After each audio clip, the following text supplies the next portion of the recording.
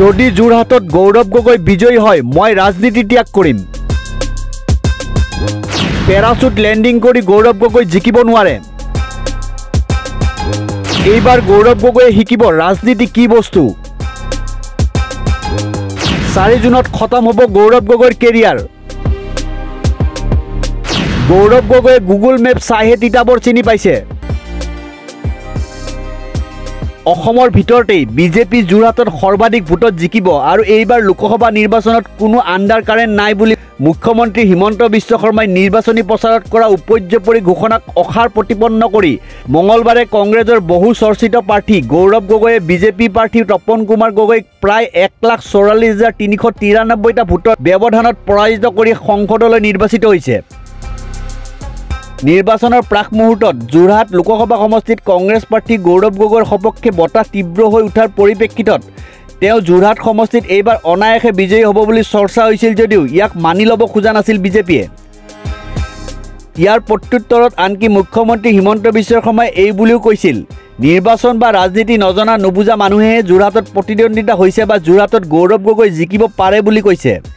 আমি ৰাজনীতি জানো, নিৰ্বাচন বুজি পাওঁ, সেয়ে কওঁ যে আমি যোৰহাটত জিকিম আৰু 3 লাখ ভোটৰ ব্যৱধানত জিকিম। অসমৰ ভিতৰতেই সৰ্বাধিক ভোটত জিকিম। যোৰহাটত কোনো প্ৰতিদ্বন্দ্বিতা নাই। ইফালে যোৰহাটত বাহৰ পাতি থকা মন্ত্ৰী পীযুষ হাজৰিকা সভাই সমিতিয়ে দম্ভালি মাৰি কৈছিল, যদি যোৰহাটত গৌৰৱ গগৈ বিজয়ী হয় তেন্তে মই ৰাজনীতি ত্যাগ কৰিম। গৌৰৱ গগৈ যলৈকে যাব তাতে আমি হৰুৱাম। এই কথা আমি অহংকাৰ কৰি কোৱা নাই। পেৰাচুট লেণ্ডিং কৰি গৌৰৱ গগৈ কোনো কাৰণতে জিকিব নোৱাৰে। তদুপৰি মন্ত্ৰী জয়ন্ত বল্লভ বৰুৱাই গৌৰৱ গগৈক তুচ্ছ তাচ্ছিল্য কৰি নিৰ্বাচনী প্ৰচাৰ অভিযানত কৈছিল, গৌৰৱ গগৈ পূৰ্বে পিতৃ তৰুণ গগৈৰ আশীৰ্বাদতে জিকিছিল কলিয়াবৰ সমষ্টিত, কিন্তু গৌৰৱ গগৈয়ে এইবাৰ নিজৰ নামত জিকি দেখুৱাওক। এইবাৰ গৌৰৱ গগৈয়ে শিকিব ৰাজনীতি কি বস্তু। মৰিয়নি সমষ্টিৰ বহুবল্কী বিধায়ক ৰূপজ্যোতি কুৰ্মীয়ে আকৌ কৈছিল, মই বাওঁ হাতেৰে লিখি দিম গৌৰৱ গগৈ হাৰিব। 4 জুনত খতম হ'ব তেওঁৰ কেৰিয়াৰ। দুদিন পূৰ্বেও বিধায়ক ৰূপজ্যোতি কুৰ্মীয়ে আস্ফালন কৰিছিল যে কিছুমান বেছি জ্ঞানী বা বুদ্ধিজীৱীয়ে গৌৰৱ গগৈ বিজয়ী হ'ব বুলি অপপ্ৰচাৰ চলাই আছে।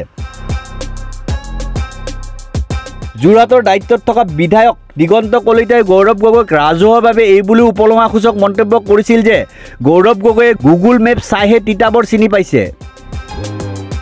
উল্লেখযোগ্য যে বিজেপি দলে গৌৰৱ গগৈক টাৰ্গেট কৰি যোৰহাট লোকসভা সমষ্টিত অগণন নিৰ্বাচনী সভা অনুষ্ঠিত কৰিছিল।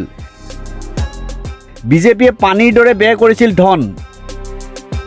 নিৰ্বাচনৰ পূৰ্বে সমষ্টিটোত খুদ মুখ্যমন্ত্ৰী হিমন্ত বিশ্ব শৰ্মাই 23টা দিনৰ ভিতৰত 20খন সভা ৰোড শ্ব' আদিকে কৰি বিজেপি প্ৰাৰ্থী তপন কুমাৰ গগৈৰ হৈ চলাইছিল ব্যাপক প্ৰচাৰ।